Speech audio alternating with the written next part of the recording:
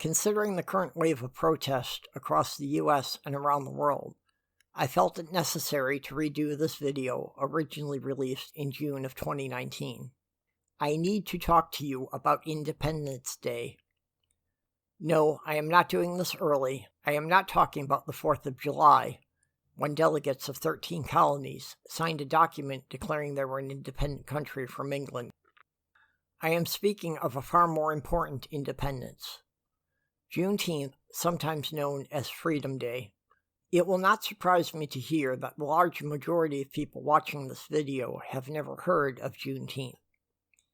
Honestly, I did not know of it myself until I was in my 40s and involved in an interracial relationship. It now makes me furious that this was never mentioned in any of the textbooks I was forced to read in school, and yet people ask why we need a Black History Month. It is called Juneteenth because exactly when it happened varied from state to state, and even from county to county within states. At the time it occurred, the western United States was still regarded as an untamed wilderness. The fastest way to send a message was Pony Express, a division of the U.S. Cavalry and ancestor to the modern U.S. Postal Service, but that is a video for another time.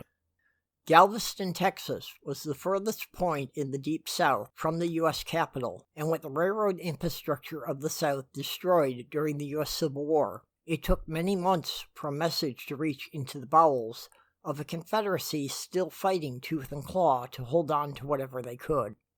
A popular legend often told in the southern states is that a messenger died en route, so many landowners did not receive the word that the war was over. Personally, I find this version of the story highly suspect. It seems far more likely landholders attempted to keep their slaves as long as possible, even after they knew the Confederation had lost the Civil War, and only released them when Union soldiers arrived to tell the African and Native American slaves they were now free men with the full rights guaranteed to all men under the U.S. Constitution. Women would need to wait an additional 60 years before being acknowledged as full citizens. June 19th is the day most often recognized because this is the date in 1865 when Major General Gordon Granger landed at Galveston, Texas, bringing not only the news that the war had ended, but more importantly, that the enslaved were now free. This news likely would have had little effect if he had not also commanded a large enough contingent of Union soldiers to go to every single plantation and spread the word. The number of soldiers made available to him for this duty is clearly significant when you realize that this event occurred more than 2.5 years after President Lincoln's famous Emancipation Proclamation. Among General Granger's primary orders of business was to read to the people of Texas General Order No. 3, which began most significantly with, "The people of Texas are informed that in accordance with the proclamation from the Executive of the United States, all slaves are free. This involves an absolute equity of rights and rights of property between former masters and slaves, and the connection heretofore existing between them becomes that between employer and free laborer." While this brought cries of jubilation from the slaves, it was met with shock and disdain from the plantation owners. Many former slaves stayed on the plantation because it was the only life they had ever known, and they felt they had nowhere else to go. But many more made their way to northern states seeking a freer, more equitable society.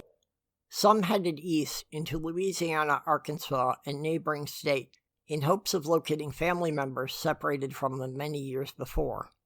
A considerable number headed into the mostly unexplored Western territories, where they could now stake a claim on land of their own, or at very least find paid employment. Despite what the movies portray, black cowboys were not an uncommon sight in the late 1800s. As a white American, I find it appalling that this is still not recognized as a day of nationwide observance in my country.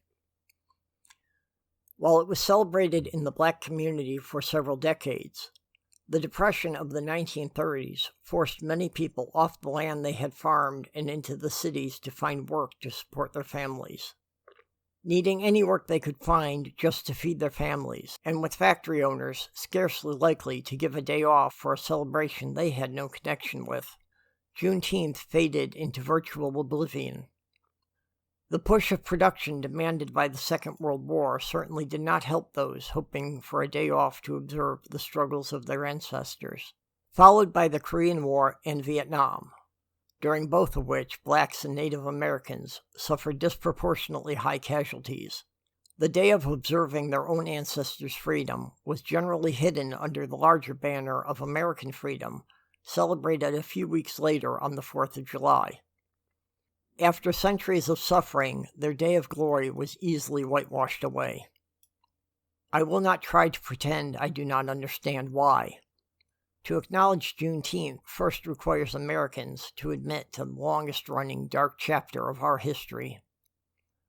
Obviously, most Americans are more comfortable never thinking about the fact that slavery was key in the building of the country we have now.